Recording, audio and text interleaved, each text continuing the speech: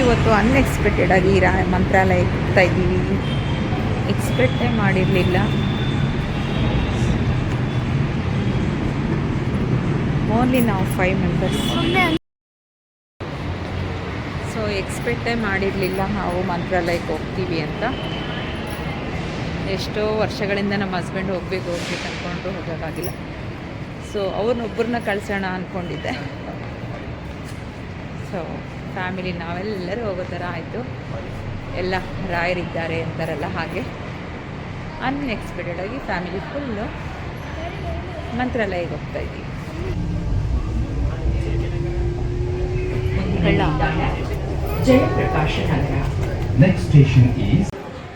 Train navy. So night ಸ್ಟೇಷನ್ಗೆ ಬಂದಿದ್ದೀವಿ. Night ಆಯಿತು, 12 o'clock ಟ್ರೈನ್ ಬಿಡೋದು. ಸೊ ಫಸ್ಟೇ ಹೋಗಿ ವೆಯ್ಟ್ ಮಾಡ್ತಾ ಇದ್ದೀವಿ. ಸಿಕ್ಕಾಪಟ್ಟೆ ಚಳಿ ಬೆಂಗಳೂರಲ್ಲಂತೂ. ತುಂಬ ಜನ ವೆಯ್ಟಿಂಗಲ್ಲಿದ್ದರು.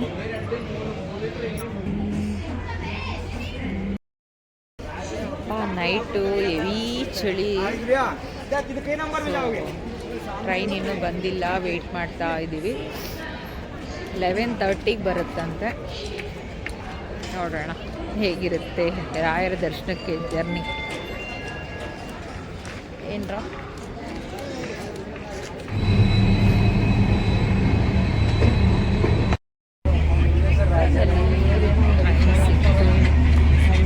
ಚಳಿ, ಹೆವಿ ಚಳಿ, ಸಿಕ್ಕಾಪಟ್ಟೆ ಚಳಿ. ಸೀಟ್ ಅಂತೂ ಸಿಗಲ್ಲ ಅನ್ಕೊಂಡಿಸ್ತೀವಿ.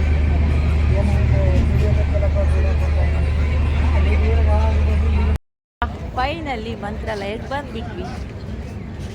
ಎಷ್ಟೋ ಇದು 8 ಗಂಟೆ ಆಯ್ತೇನೋ ನೋಡಿ. Full already rush. ಎಷ್ಟು ಸ್ಟಾಪ್ ಇಳಿದ್ರೂ ಅಷ್ಟು ಸ್ಟಾಪಲ್ಲಿ ಫುಲ್ ರಶ್. ಹೆವಿ ರಶ್ ಇದೆ ಟ್ರೈನ್ ಮಾತ್ರ. ಮಾರ್ನಿಂಗ್ 8 o'clock ಆಯಿತು ನೋಡಿ. ಇನ್ನು ಇವಾಗ ಹೋಗಬೇಕು ದರ್ಶನಕ್ಕೆ. ಬಂದ ತಕ್ಷಣ ಮಂತ್ರಾಲಯ ಒಂದು ಸೌಂಡು ರೈಲ್ವೆ ಸ್ಟೇಷನಲ್ಲಿ.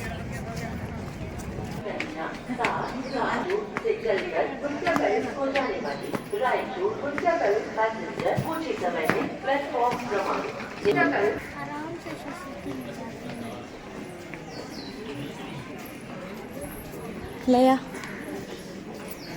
ಚೆನ್ನಾಗಿ ನಿದ್ದೆ ಮಾಡ್ದ.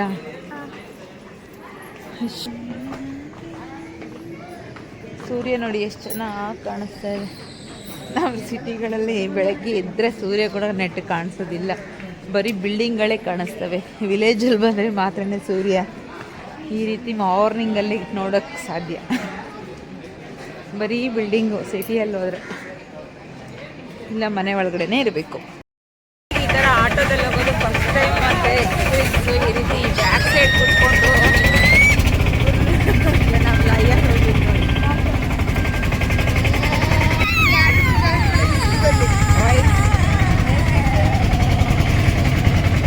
ರಾಯರ ಸನ್ನಿಧಾನಕ್ಕೆ ಹೋಗೋಣ ಬನ್ನಿ.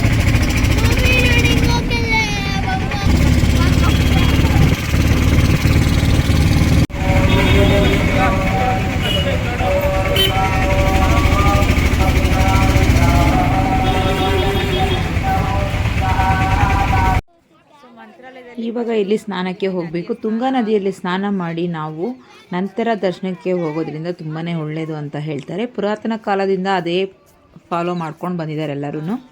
ಏನೇ ಕರ್ಮಗಳು ಪಾಪಗಳು ನಮ್ಮಲ್ಲಿದ್ದರೂ, ಹಾಗೆ ನಮ್ಮಲ್ಲಿ ನೆಗೆಟಿವ್ ಎನರ್ಜಿ ಇದ್ದರೂ ಕೂಡ ಈ ನದಿಯಲ್ಲಿ ಸ್ನಾನ ಮಾಡೋದ್ರಿಂದ ತುಂಬಾ ಒಳ್ಳೆಯದು.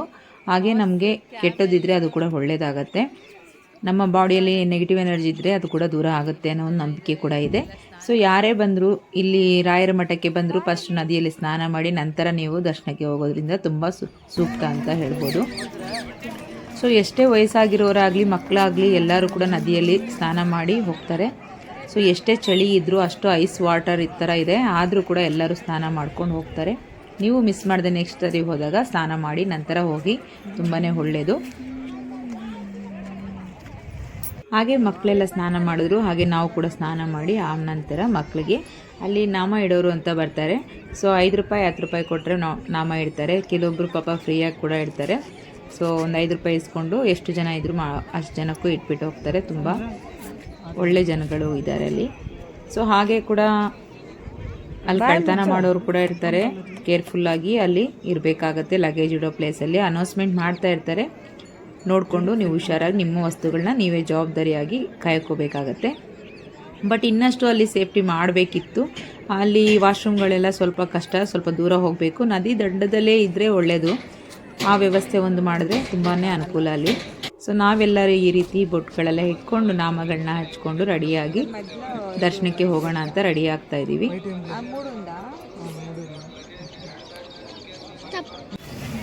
ನಮ್ಮದು ಈಗ ಸ್ನಾನ ಎಲ್ಲ ಆಯಿತು. ನಾವು ಲಗೇಜ್ ರೂಮಲ್ಲಿ ಲಗೇಜನ್ನು ಇಟ್ಟು ಇವಾಗ ದರ್ಶನಕ್ಕೆ ಹೋಗೋಣ ಅಂತ ಹೊರಡ್ತಾ ಇದ್ದೀವಿ. ಬನ್ನಿ ನೀವು ಕೂಡ ಹಾಗೆ. ಅಲ್ಲೇ ಹಾಗೆ ಹೂವು ಮುಡ್ಕೊಳ್ಳೋಣ ಅಂದ್ಕೊಂಡೆ. ಹಾಗೆ ನಾನು ಕನಕಾಂಬರ ತೊಗೊಳ್ಳೋಣ ಅಂದ್ಕೊಂಡೆ. ಸೊ ಒಂದು ಮೊಳ ಹೂವು ತೊಗೊಂಡೆ ನಾನು ಮುಡ್ಕೊಳ್ಳೋಕ್ಕೆ ಅಂತ ಹೇಳಿ.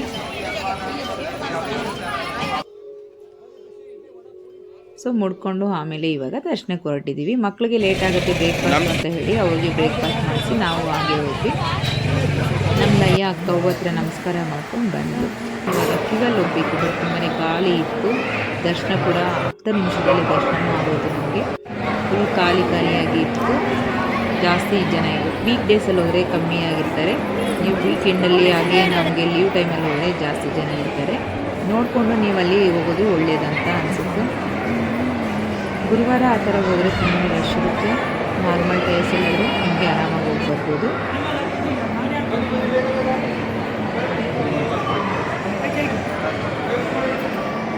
ಚೆನ್ನಾಗಿ ಓದ್ಕೋಬೇಕಮ್ಮ, ಚೆನ್ನಾಗಿ ಓದ್ಕೋಬೇಕು. ಮಕ್ಕಳು ಚೆನ್ನಾಗಿ ಓದಿದ್ದೀನಿ. ಅದು ಬೀಳಿಸ್ಬೇಡಿ. ದಕ್ಷಿಣ ಕೊಡಬೇಕಿತ್ತು.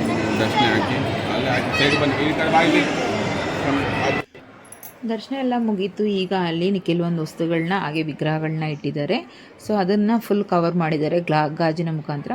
ಸೊ ಏನಕ್ಕೆ ಅಂದರೆ ಎಲ್ಲರೂ ಮುಟ್ಟಿ ಎಲ್ಲ ಇದು ಮಾಡ್ತಾರೆ ಅಂತ ಕಾರಣಕ್ಕೆ ಅದನ್ನು ಸಪ್ರೇಟಾಗಿ ಇಟ್ಬಿಟ್ಟು ಗ್ಲಾಸಸ್ ಆಗಿದ್ದಾರೆ. ಈ ಥರ ಎಲ್ಲರೂ ನೋಡ್ಬೋದು, ವೀಡಿಯೋಸ್ ಫೋಟೋಸ್ ಮಾಡ್ಬೋದು. ದೇವ್ರ ಗರ್ಭಗುಡಿಯಲ್ಲಿ ಮಾತ್ರ ಫೋಟೋಸ್ ಅಲೋ ಇಲ್ಲ. ಹಾಗಾಗಿ ನಾವು ಗರ್ಭಗುಡಿಯಲ್ಲಿ ದೇವ್ರನ್ನ ವೀಡಿಯೋ ಮಾಡೋಕ್ಕಾಗಿಲ್ಲ. ಸೊ ಆಚೆ ಈ ರೀತಿ ನಮಗೆ ಎಲ್ಲರೂ ನೋಡೋದಕ್ಕೆ ಅಂತಲೇ ಇಟ್ಟಿದ್ದಾರೆ. ನೋಡೋದಕ್ಕಂತೂ ತುಂಬಾ ಚೆನ್ನಾಗಿದೆ.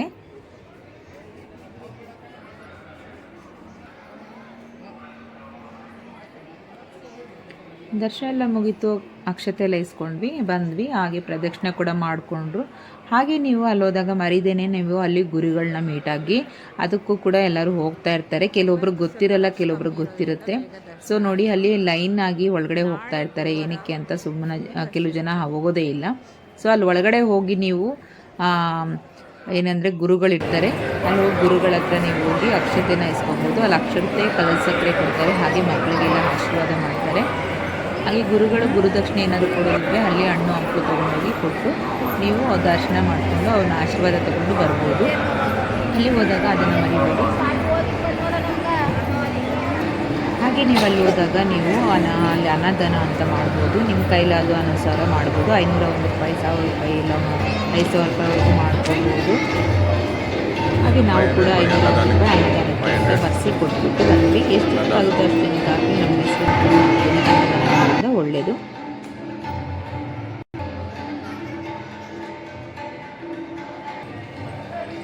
ನಾವು ವಿಡಿಯೋ ಮಾಡುವಾಗಲೇ ಅಲ್ಲಿ ರಿಷಬ್ ಶೆಟ್ಟಿ ಹಾಗೆ ಅವ್ರ ವೈಫ್ ಕೂಡ ಬಂದಿದ್ದರು. ಆ್ಯಕ್ಟರ್ ರಿಷಬ್ ಶೆಟ್ಟಿ ಅವರು, ಕಾಂತಾರ ಮೂವಿ ಹೀರೋ. ಹಾಗೆ ಅವ್ರ ವೈಫ್ ಕೂಡ ದರ್ಶನಕ್ಕೆ ಬಂದಿದ್ದರು. ಹಾಗೆ ಅವರು ಕೂಡ ಅಲ್ಲೇ ಪಾಸ್ ಆಗ್ತಾಯಿದ್ರು ನಮ್ಮ ಪಕ್ಕದಲ್ಲೇ. ಸೊ ಹಾಗೆ ವಿಡಿಯೋ ಮಾಡಿಕೊಂಡೆ ಸ್ವಲ್ಪ. ಆದರೆ ಆ್ಯಕ್ಟ್ರ್ ಅಲ್ವಾ, ಹಾಗಾಗಿ ಎಲ್ಲರಿಗೂ ಮೀಟ್ ಆಗೋದು ಕಷ್ಟ. ಸೊ ಹಾಗೆಯೇ ಅವ್ರು ಫಾಸ್ಟಾಗಿ ಮೂವ್ ಆಗ್ತಾಯಿದ್ದಾರೆ. ಸೊ ಆಮೇಲೆ ಅವ್ರು ನೋಡಿ ಇಲ್ಲಿ ದರ್ಶನಕ್ಕೆ ಬರ್ತಾನೆ ಇರ್ತಾರಂತೆ. ಸೊ ಹಾಗೆ ಸೆಕ್ಯೂರಿಟಿ ಅವರೆಲ್ಲ ಇದ್ದರು. ಹಾಗೆ ಅವ್ರಿಗೆ ಸೆಕ್ಯೂರಿಟಿ, ಪರ್ಸ್ನಲ್ ಸೆಕ್ಯೂರಿಟಿ ಇದ್ದರು. ಹಾಗೆ ಪೊಲೀಸವರು ಇದ್ದರು. ಹಾಗೆ ಜನ ಕೂಡ ಇದ್ದರು ಸೆಲ್ಫಿಗಳು ತೆಕ್ಕೊಳ್ಳೋಕ್ಕೆ. ಬಟ್ ನಾನು ತೆಕ್ಕೋಬೇಕು ಅಂದ್ಕೊಂಡೆ, ಬಟ್ ಆಗಲಿಲ್ಲ. ಬಟ್ ಆದರೆ ದೂರದಿಂದನೇ ವೀಡಿಯೋಗಳು ಮಾಡ್ಕೊಂಡ್ವಿ. ಎಲ್ಲರಿಗೂ ದೊಡ್ಡವರು ದೇವರೇ ಅಲ್ಲ, ಎಲ್ಲರೂ ದರ್ಶನ ಮಾಡ್ಕೋಬೇಕು. ರಾಯರ ದರ್ಶನ ಮುಗಿಸ್ಕೊಂಡು ನಾವು ಆಚೆನೆ ಅಕ್ಷತೆ ತೊಗೊಂಡ್ರೆ ಸ್ವಲ್ಪ ಸಿಗುತ್ತೆ. ನಾವು ಒಳಗಡೆ ಗುರುಗಳ ಹತ್ರ ಹೋಗಿ ನಮಸ್ಕಾರ ಮಾಡ್ಕೊಂಡು ಆಶೀರ್ವಾದ ತೊಗೊಂಡು ಬಂದರೆ ಅವ್ರು ಕಲ್ಸಕ್ಕರೆ ಹಾಗೆ ಅಕ್ಷತೆನ ಕೊಡ್ತಾರೆ. ಇಷ್ಟು ಅಕ್ಷತೆ ನಮಗೆ ಈ ಸರಿ ಇಷ್ಟು ಅಕ್ಷತೆ ಸಿಕ್ತು ನೋಡಿ. ನನ್ನ ಸೇರಲ್ಲಿ ಬಂದಿದ್ದೆ ಎಷ್ಟೊಂದು ಅಕ್ಷತೆ ರಾಯರ ದರ್ಶನದಲ್ಲಿ ಇಷ್ಟು ಅಕ್ಷತೆ ಕಲೆಕ್ಟ್ ಮಾಡ್ಕೊಂಡು ಬಂದೆ. ಸೊ ಮನೇಲಿ ಎಲ್ಲರಿಗೂ ಕೊಡಬೇಕು ಫ್ಯಾಮಿಲಿಯಲ್ಲಿ ಅಂತ ಇಷ್ಟೊಂದು ಅಕ್ಷತೆ ತೊಗೊಂಡು ಬಂದಿದ್ದೀನಿ. ಹಾಗೆ ಊಟಕ್ಕೆ ಹೋಗಬೇಕು. ರಾಯರ ದರ್ಶನ ಆಯಿತು, ಇನ್ನು ಊಟದ ಕಡೆ ಹೋಗೋಣ ಅಂತ ಹೇಳಿ ಹೋಗ್ತಾಯಿದ್ವಿ. ಅಲ್ಲಿ ಮಕ್ಕಳು ಭಜನೆ ಮಾಡ್ತಾಯಿದ್ರು. ಹಾಗೆ ಇಲ್ಲಿ ನೋಡಿ 1-2 ಮಂಕಿಗಳು ಯಾವ ರೀತಿ ಫೈಟ್ ಮಾಡ್ತಾಯಿದ್ವು.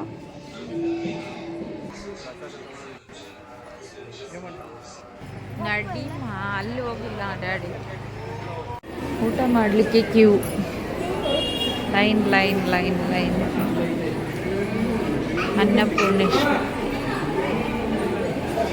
ಊಟದ ಹಾಲಕ್ಕೆ ಹೋಗ್ತಾ ಇದ್ವಿ. ಈಗ ಊಟದ ಹಾಲಲ್ಲಿ ಎಲ್ಲರೂ ಊಟ ಮಾಡ್ತಾ ಇದ್ದಾರೆ. ಎಲ್ಲರೂ ಬಫೆ ಸಿಸ್ಟಮ್ ಥರ ಹೋಗಬೇಕು. ಪ್ಲೇಟ್ಗಳನ್ನ ಇಟ್ಕೊಂಡು ಎಲ್ಲ ತೊಳ್ಕೊಂಡು ಪ್ಲೇಟ್ ತೊಳೆದಿಟ್ಟಿರ್ತಾರೆ, ತೊಗೊಂಡು ನಾವು ಅದನ್ನು ಊಟ ಹಾಕಿಸ್ಕೋಬೇಕು. ರೈಸು ಹಾಗೆ ರಸಮ್ ಥರ, ಹಾಗೆ ಒಂದು ಪಾಯಸ ಮೊಸರನ್ನ ಕೊಟ್ಟಿರ್ತಾರೆ ಪ್ರಸಾದ. ಇದು ಆಚೆ ಬಂದುಬಿಟ್ಟು ನಾವು ಈ ರೀತಿ ವಿಡಿಯೋ ಮಾಡ್ಕೊಂಡಿದ್ದೀವಿ.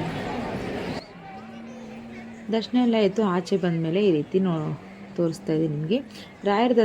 ರಾಯರನ್ನ ಮೀಟ್ ಆಗಬೇಕು ಅಂದರೆ ಅಷ್ಟು ಸುಲಭ ಅಲ್ಲ. ರಾಯರು ಯಾವಾಗ ಕರೆಸ್ಕೋತಾರೆ ಅಂತ ಗೊತ್ತಿಲ್ಲ, ಯಾರು ಯಾವಾಗ ಅಲ್ಲಿಗೆ ಹೋಗಬೇಕು ಅಂತಲೂ ಗೊತ್ತಿಲ್ಲ. ಅಂದ್ಕೊಂಡ ತಕ್ಷಣ ಹೋಗೋಕ್ಕಾಗಲ್ಲ, ಯಾವಾಗ ಅನುಗ್ರಹ ಬರುತ್ತೋ ಆವಾಗ ಹೋಗಲೇಬೇಕು. ಸೊ ನಮ್ಮ ಹಸ್ಬೆಂಡ್ ಆಸೆ ಇದು, ರಾಯರ ದೇವಸ್ಥಾನಕ್ಕೆ ಹೋಗಬೇಕು ಅನ್ನೋದು. ತುಂಬ ವರ್ಷಗಳಿಂದ ಅನ್ಕೋತಾ ಇದ್ರು, ಹೋಗೋಕ್ಕಾಗ್ತಿರ್ಲಿಲ್ಲ. ಸೊ ಹಾಗಾಗಿ ನನಗೆ ಅನ್ನಿಸ್ತು ಕಳಿಸೋಣ ಅಂತ. ಸೊ ಆಮೇಲೆ ಫ್ಯಾಮಿಲಿ ಸಮೇತ ಬರ್ತೀವಿ ಅಂತ ಅಂದ್ಕೊಂಡಿದ್ದಂತೆ ನಮ್ಮ ಹಸ್ಬೆಂಡು. ಹಾಗಾಗಿ ನಾವೆಲ್ಲರೂ ರಾಯರ ದರ್ಶನ ಎಲ್ಲ ಮುಗಿದ ಮೇಲೆ ಅಲ್ಲಿ ಇನ್ನು ಬೇರೆ ಪ್ಲೇಸಸ್ಗೆಲ್ಲ ಹೋಗಬೇಕು. ಬನ್ನಿ ತೋರಿಸ್ತೀನಿ. ದೊಡ್ಡ ಆಂಜನೇಯ ಅಂತ ಇಲ್ಲಿ ದೊಡ್ಡ ಆಂಜನೇಯ ಇದೆ ನೋಡಿ. ಇಷ್ಟು ದೊಡ್ಡ ಆಂಜನೇಯ ಅಂದರೆ ಅಷ್ಟು ದೊಡ್ಡದು. ಅಲ್ಲಿ ನಿಂತ್ಕೊಂಡ್ರು ಕೂಡ ತಲೆ ಎತ್ತಿ ನೋಡಬೇಕು, ಅಷ್ಟು ದೊಡ್ಡ ಆಂಜನೇಯ. ಇಲ್ಲಿ ಫಸ್ಟ್ ಪ್ಲೇಸ್ ಇದು. ಮಂತ್ರಾಲಯದಲ್ಲಿ ಮುಗಿಸ್ಕೊಂಡ ತಕ್ಷಣ ಒಂದು 5 ಪ್ಲೇಸಸ್ಗೆ ಕರ್ಕೊಂಡು ಹೋಗ್ತಾರೆ ಆಟೋದವ್ರಿಗೆ ಹೇಳಿದ್ರೆ. ಅಲ್ಲಿಂದ ಫಸ್ಟು ಆಂಜನೇಯಗೆ ಹೋದ್ವಿ. ಇಲ್ಲೆಲ್ಲ ಮುಗಿಸ್ಕೊಂಡು ನಾವು ನಂತರ ಆಟೋ ಹತ್ರ ಹೋದರೆ ಅವ್ರು ಮತ್ತೆ ಬೇರೆ ಪ್ಲೇಸ್ಗೆ ಕರ್ಕೊಂಡು ಹೋಗ್ತಾರೆ. ಸೊ ಒಂದು 5 ಪ್ಲೇಸು ಏನೋ ಕರ್ಕೊಂಡು ಹೋಗ್ತಾರೆ. 150 ರುಪೀಸ್ ಆ ಥರ ತೊಗೊತಾರೆ ಒಬ್ಬರಿಗೆ. ನೀವೇನಾದರೂ ಹೋದಾಗ ನೋಡಿಲ್ಲ ಅಂದರೆ ಒಂದ್ಸಲಿ ವಿಸಿಟ್ ಮಾಡಿ. ಅಲ್ಲಿ ನಿಯರ್ ಬೈ ಒಂದು 20 ಕಿಲೋಮೀಟ್ರು ಆ ಥರ ಇರುತ್ತೆ, ಅಲ್ಲಿವರೆಗೂ ಕರ್ಕೊಂಡು ಹೋಗ್ತಾರೆ. ಆಟೋದಲ್ಲಿ ಕರ್ಕೊಂಡು ಹೋಗಿ ಮತ್ತೆ ನಮ್ಮ ಪ್ಲೇಸ್ಗೆ ವಾಪಸ್ ಕರ್ಕೊಂಡು ಬಂದು ಬಿಡ್ತಾರೆ. ಸೊ ಅದರಲ್ಲಿ ಮೊದಲನೇ ಸಲ ಹೋದಾಗ ಇದು ಆಂಜನೇಯ. ಫಸ್ಟ್ ನಾವು ಅಲ್ಲಿಂದ ಮಂತ್ರಾಲಯ ಮುಗಿಸ್ಕೊಂಡು ಫಸ್ಟ್ ಬಂದಿದ್ದು ಆಂಜನೇಯ ದೇವಸ್ಥಾನಕ್ಕೆ. ಹಾಗೆ ಇನ್ನು ಮಿಕ್ಕಿದ್ದು ಕೂಡ ಇದೆ, ಕವರ್ ಮಾಡಿದ್ದೀವಿ, ಅದನ್ನು ಕೂಡ ಮಿಸ್ ಮಾಡಿದೆ ನೋಡಿ.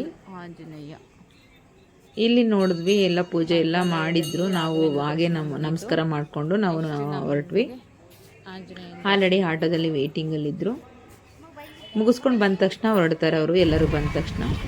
ಅಲ್ಲಿಂದ ಹೋಗುವಾಗ ನಮಗೆ ಇಲ್ಲಿ ಒಂದು ನದಿ ಬ್ರಿಡ್ಜ್ ಸಿಗುತ್ತೆ, ತುಂಬಾ ಚೆನ್ನಾಗಿತ್ತು. ತುಂಗಾ ನದಿದೇ ಇರಬೇಕು ಇದು. ಅಲ್ಲಿ 2 ಕೃಷ್ಣಾ ನದಿನೂ ಇದೆ, ಹಾಗೆ ತುಂಗಾ ನದಿ ಕೂಡ ಇದೆ. ಕೃಷ್ಣಾ ನದಿ ನಿಮಗೆ ಆಮೇಲೆ ತೋರಿಸ್ತೀನಿ ಎಲ್ಲಿದೆ ಅಂತ ಹೇಳಿ. ನಾವು ಆಮೇಲೆ ಮತ್ತೆ ಹೋಗಿದ್ದು ಪಂಚಮುಖಿ ಆಂಜನೇಯ ಟೆಂಪಲ್ಗೆ ಅಂತ. ಪಂಚಮುಖಿ ಆಂಜನೇಯ ಟೆಂಪಲ್ಲು ಅಲ್ಲಿ ಬೆಟ್ಟದ ಮೇಲೆ ಥರ ಇರುತ್ತೆ. ಅದು ಫುಲ್ ರಶ್ ಕೂಡ ಇರುತ್ತೆ. ಸ್ಕೂಲ್ ಮಕ್ಕಳು ಹಾಗೆ ಎಲ್ಲ ತುಂಬ ಜನನೇ ಇದ್ದರು. ಅದು ಸ್ವಲ್ಪ ಕ್ಯೂವಲ್ಲಿ ಹೋಗಬೇಕು. ಯಾವ ಸ್ಕೂಲ್ ಮಕ್ಕಳು ಬಿಟ್ಬಿಟ್ಟಿದ್ದಾರೆ ಇಲ್ಲಿ, ಲೈನ್ ಲೈನ್.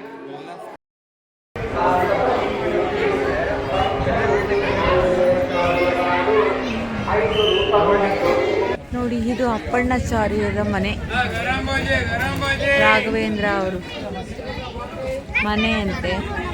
ಅಪ್ಪಣ್ಣಾಚಾರ್ಯರ ಮನೆ. ಪೂಜ್ಯಾಯ ರಾಘವೇಂದ್ರಾಯ ಸತ್ಯಧರ್ಮ. ಇದು ರಾಯರ ತಂದೆಯವರು ಮನೆ ಅಂತ ಹೇಳ್ತಾರೆ. ಸೊ ಅಲ್ಲಿ ರಾಘವೇಂದ್ರ ಜಪ ಮಾಡ್ತಾ ಇರುವಂಥ ಒಂದು ಪ್ಲೇಸ್ ಕೂಡ ಇದೆ. ಧ್ಯಾನಕ್ಕೆ ಇಲ್ಲಿ ಕೂರ್ತಿದ್ರಂತೆ. ಸೊ ಆ ಪ್ಲೇಸನ್ನು ಕೂಡ ನೀಟಾಗಿ ಶುಭ್ರವಾಗಿ ಅವರು ಸಗಣಿಯಲ್ಲಿ ಸಾರಿಸಿ ಅಲ್ಲಿ ರಂಗೋಲಿಯನ್ನು ಹಾಕಿ ಅಲ್ಲಿ ಪೂಜೆ ಕೂಡ ಮಾಡಿರ್ತಾರೆ. ಅಲ್ಲೆಲ್ಲ ಕಾಯಿನ್ಸ್ ಎಲ್ಲ ಹಾಕ್ತಾರೆ. ಬಟ್ ಏನಕ್ಕೆ ಹಾಕ್ತಾರೆ ಅಂತ ಅವರು ಗೊತ್ತಿಲ್ಲ. ಸೊ ಸುಮ್ಮನೆ ಕಾಯಿನ್ಸ್ ಎಲ್ಲದರಲ್ಲೇ ಹಾಕ್ತಾ ಇರ್ತಾರೆ. ಒಂದಷ್ಟು ಬುಕ್ಸ್ಗಳನ್ನು ಕೂಡ ಇಟ್ಟಿದ್ದಾರೆ. ಅವ್ರ ಮನೆಯಲ್ಲಿ ಒಳಗಡೆ ಹಳೆಯ ಕಾಲದ ಮನೆ, ಅದನ್ನು ಸ್ವಲ್ಪ ಆಲ್ಟ್ರೇಷನ್ ಥರ ಮಾಡ್ಕೊಂಡಿರ್ತಾರೆ ಆಗಿನ ಕಾಲದ ಮನೆ. ಹಾಗೆ ಫ್ಯಾನು AC ಕೂಡ ಎಲ್ಲ ಇತ್ತು. ಹಾಗೆ ಒಳಗಡೆ ನೋಡಿ ಕೆಲವೊಂದು ರಾಯರು ಆವಾಗ ರಾಘವೇಂದ್ರ ಸ್ವಾಮಿ ಕೈಯಲ್ಲಿ ಇಟ್ಕೊಂಡು ಪೂಜೆ ಮಾಡುವಂತಹ ಒಂದು ವಿಗ್ರಹ ಆಗಿರ್ಬೋದು. ಅಲ್ಲಿ ಇನ್ನು ಕೆಲವೊಂದಷ್ಟು ವಸ್ತುಗಳು ಇದೆ ಅಲ್ಲಿ. ಹಾಗೆ ಅಲ್ಲಿ ಪೂಜೆ ಕೂಡ ಮಾಡ್ತಾ ಇರ್ತಾರೆ. ಅದ್ರ ಬಗ್ಗೆ ಕೆಲವೊಂದು ಶಾಸ್ತ್ರ ಕೂಡ ಹೇಳ್ತಾ ಇರ್ತಾರೆ. ಹಾಗೆ ಹಳೆ ಕಾಲದಲ್ಲಿ ಫೋಟೋಸ್ಗಳು ಅದೆಲ್ಲ ಹಾಗೆ ಇಟ್ಟಿದ್ದಾರೆ. ಆಗಿನ ಫೋಟೋಯಿಂದ ಹಿಡಿದು ಎಲ್ಲ ಪ್ರತಿಯೊಂದು ಹಾಗೆ ನೀಟಾಗಿ ಇಟ್ಟಿದ್ದಾರೆ. ಎಲ್ಲರೂ ನೋಡಿಕೊಂಡು ಬರ್ಬೋದು. ಇಲ್ಲಿ ಕೃಷ್ಣ ನದಿ ಅಂತ ಹೇಳಿ, ಇಲ್ಲಿ ನದಿಯಲ್ಲಿ ಸ್ನಾನ ಮಾಡಿ ರಾಯರು ಅವಾಗ ಇಲ್ಲಿ ನದಿಯ ದಡದಲ್ಲಿ ಪಕ್ಕದಲ್ಲೇ ಅವರು ಧ್ಯಾನಕ್ಕೆ ಕೂರ್ತಾ ಇದ್ರಂತೆ. ಸೊ ಇಲ್ಲಿ ಏಕಶಿಲಾ ಕಟ್ಟೆ ಅಂತಲೂ ಇದೆ. ಇಲ್ಲಿ ನೋಡ್ತಾ ಇರ್ಬೋದು ನೀವು, ಇಲ್ಲಿ ಆಂಜನೇಯ ಹಾಗೆ ಗಣೇಶ ಹಾಗೆ ಇಲ್ಲಿ ಕೆಲವೊಂದು ಶಿಲೆಗಳು ಇದೆ, ಕೆಲವೊಂದು ಹಾಗೆ ಬೃಂದಾವನ ಕೂಡ ಇದೆ. ಇಲ್ಲಿ ಪ್ರತಿಯೊಂದನ್ನು ವಿಡಿಯೋ ಮಾಡಿದ್ದೀನಿ, ಎಲ್ಲರೂ ನೋಡಿ. ನೀವು ಹೋದಾಗ ಕೂಡ ಇಲ್ಲಿ ಹೋಗಿ ಬನ್ನಿ, ತುಂಬ ಚೆನ್ನಾಗಿರುತ್ತೆ. ಹಾಗೆ ಪ್ಲೇಸ್ ಕೂಡ ನೋಡೋದಕ್ಕೂ ತುಂಬ ಚೆನ್ನಾಗಿದೆ. ಇಲ್ಲಿ ನೋಡಿ ಸಂಜೆ ಟೈಮು ಸೂರ್ಯ ಮುಳುಗೋ ಹೊತ್ತು ಎಷ್ಟು ಚೆನ್ನಾಗಿದೆ ನದಿ ಪಕ್ಕದಲ್ಲಿ ಅಂದರೆ ತುಂಬ ಚೆನ್ನಾಗಿದೆ ನೋಡಿ. ಇದು ಏಕಶಿಲಾ ಬೃಂದಾವನ ಇಲ್ಲಿ ಹಾಕಿದ್ದಾರೆ ನೋಡಿ, ಏಕಶಿಲೆ ಅಂತ ಹೇಳಿ, ಏಕಶಿಲೆ ಕಟ್ಟೆ ಅಂತ ಹೇಳ್ತಾರೆ. ಇಲ್ಲಿ ಅದು ಅವರು ಜಪಕ್ಕೆ ಕೂರ್ತಾ ಇದ್ರಂತೆ ನದಿಯ ಪಕ್ಕದಲ್ಲಿ. ಅವರು ಅಲ್ಲಿ ಸ್ನಾನ ಮಾಡಿ ಇಲ್ಲಿ ಧ್ಯಾನವನ್ನು ಮಾಡಿ ನಂತರ ಹೋಗ್ತಿದ್ರಂತೆ. ಆ ಪ್ಲೇಸು ಈಗಲೂ ಕೂಡ ಇದೆ ನೋಡಿ. ಅಲ್ಲಿ ಎಲ್ಲ ತೊಳಿತಾ ಇದೆ ಈ ಪಾತ್ರೆ, ಇದೇ ನದಿಯಲ್ಲಿ ಎಷ್ಟು ನೀಟಾಗಿ ವೈಟಾಗಿ ತೊಳೆದ್ಬಿಟ್ಟಿದ್ದಾರೆ. ನೋ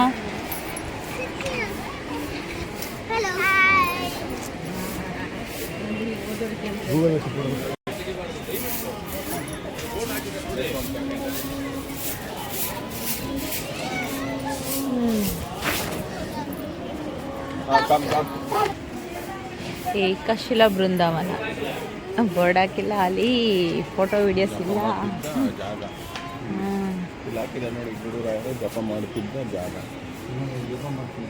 ಕಟ್ಟೆ ಜಪ ಮಾಡ್ತಾ ಇರುವಂಥ ಕಟ್ಟೆ ಇದು, ಜಗಲಿ ಕಟ್ಟೆ ಥರ. ಅವ್ರು ಇಲ್ಲಿ ಕೂತು ಜಪ ಮಾಡ್ತಾ ಇದ್ರು ಅಂತ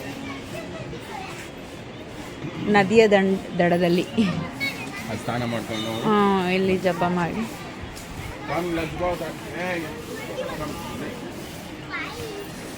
ಚಲಮ್ಮ ದೇವಸ್ಥಾನ.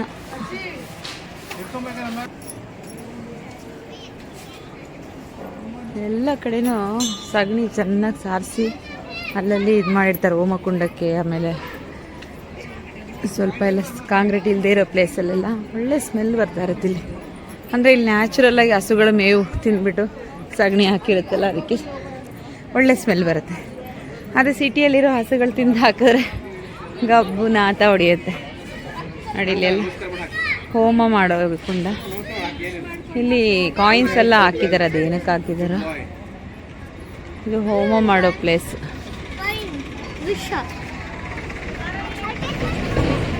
ಬಿಚ್ಚಲಮ್ಮ ದೇವಿ, ಬೃಂದಾವನ, ತುಳಸಿ.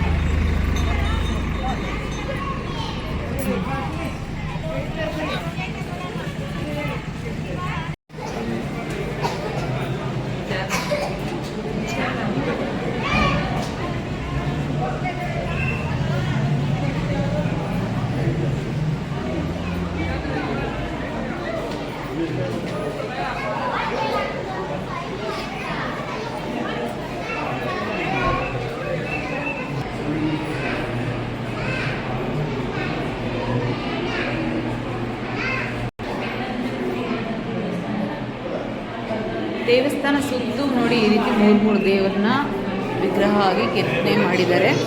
ಒಂದು ಸೈಡು ದಂಪತಿ ನಾಗ, ಶೇಷನಾಗ ಆ ಥರ, ಇನ್ನೊಂದು ಸೈಡು ಮುನಿಗಳು ಹಾಗೆ ಎಲ್ಲಮ್ಮ ದೇವರು ಇದು ಮಾಡಿದ್ದಾರೆ.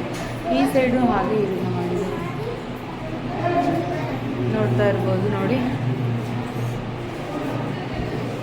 ಅಂದರೆ ಬ್ಯಾಕ್ ಸೈಡು ಹಾಗೆ ಲೆಫ್ಟು ರೈಟು ನಮಗೆಲ್ಲ ಈ ರೀತಿ ಇದನ್ನು ಮಾಡಿದ್ದಾರೆ. ಪ್ರಶಾಂತವಾಗಿ ತಣ್ಣಗಿದೆ ಇಲ್ಲಿ ಪ್ಲೇಸು. ಹಾಗೆ ತುಂಬ ಚೆನ್ನಾಗಿದೆ. ಇಲ್ಲಿ ನದಿ ದಡದಲ್ಲಿ, ನದಿ ಪಕ್ಕದಲ್ಲಿ, ನದಿ ದಡದಲ್ಲೇ ನಮಗೆ ಈ ದೇವಸ್ಥಾನ ಸಿಗುತ್ತೆ. ಚೆನ್ನಾಗಿದೆ ಇಲ್ಲಿ ಒಂದು ರೀತಿ ಪ್ಲೇಸ್. ನನ್ನ ಮಗ ಇದು ಎಲಿಫೆಂಟ್ ಮೇಲೆ ಹತ್ತಕ್ಕಾಗಲ್ಲ, ಇದ್ರ ಮೇಲಾದರೂ ಹತ್ತೋಣ ಅಂತ ಹತ್ತಾ ಇದ್ದಾನೆ.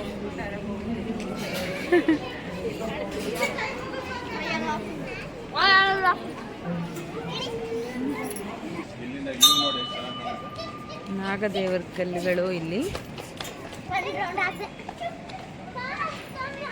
ಪಕ್ಕದಲ್ಲೇ ನದಿ, ಫುಲ್ ನೀರು ಫೋರ್ಸ್ ಇದೆ.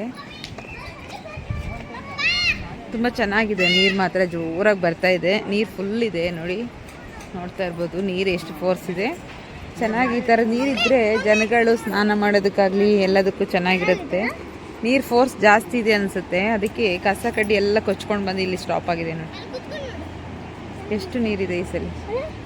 ನಾವು ಕೂಡ ನದಿಯಲ್ಲೇ ಸ್ನಾನ ಮಾಡಿದ್ದಾಯಿತು ಇವತ್ತು ಬೆಳಗ್ಗೆನೇ. ಐಸ್ ವಾಟರ್ ಥರ ಇತ್ತು, ಗೀಸರ್ ವಾಟರ್. ಸೊ ರಾಘವೇಂದ್ರ ಮಠಕ್ಕೆ ಬಂದಾಗ ನಾವು ನದಿಯಲ್ಲಿ ಸ್ನಾನ ಮಾಡಿ ದರ್ಶನಕ್ಕೆ ಹೋದರೆ ಒಳ್ಳೆಯದಂತೆ. ಬಾ ಅಲ್ಲಿ ಮುಗಿಸ್ಕೊಂಡು ಬರುವಾಗ ಮತ್ತೆ ಬಿರ್ಜು ಸಿಕ್ತು ನಮಗೆ. ಸೂರ್ಯ ಮುಳುಗೋ ಸಮಯ, ಬಿರ್ಜು ಮೇಲೆ ತುಂಬ ಚೆನ್ನಾಗಿ ಕಾಣಿಸ್ತಾ ಇತ್ತು, ಹಾಗಾಗಿ ಅದನ್ನು ಕೂಡ ಕವರ್ ಮಾಡ್ಕೊಂಡ್ವಿ. ಎಷ್ಟು ಚೆನ್ನಾಗಿ ಕಾಣಿಸುತ್ತೆ ಸೇತುವೆ ಅದಾಗೆಲ್ಲ. I am back. ಮತ್ತೆ ರೈಲ್ವೆ ಸ್ಟೇಷನ್ಗೆ ಬಂದ್ವಿ. ಮಂತ್ರಾಲಯ ದರ್ಶನ ಎಲ್ಲ ಮುಗೀತು. ಸೊ ನಾವು ಇನ್ನೊಂದು 4-5 ಕಡೆ ಎಲ್ಲ ಕರ್ಕೊಂಡು ಹೋಗಿದ್ರು, ಎಲ್ಲ ಕಡೆ ಮುಗಿಸಿದ್ವಿ. ಸೊ ಮತ್ತೆ ಇವಾಗ 6:30ಗೆ ಟ್ರೈನ್ ಇದೆ, ಮತ್ತೆ ಮಿಡ್ನೈಟು ಟ್ರೈನು. ರಶ್ ಹೇಗಿರುತ್ತೋ ಏನೋ, ಮಂತ್ರಾಲಯಕ್ಕೆ ಬಂದು ಹೆವಿ ರಶ್, ಮಕ್ಕಳನ್ನ ಇಟ್ಕೊಂಡು ಹೋಗೋಕೆ ಕಷ್ಟ ಆಗ್ತಿದೆ. ಸೊ ಮುಗೀತು. ಇನ್ನು ನಮ್ಮ ವಿಡಿಯೋ ನೋಡಿ ಎಲ್ಲರೂ ಸಪೋರ್ಟ್ ಮಾಡಿದವ್ರಿಗೆಲ್ಲರಿಗೂ thank you so much. Mantralaya vlogs ಇವತ್ತಿಗೆ ಮುಗೀತು. Thank you for watching.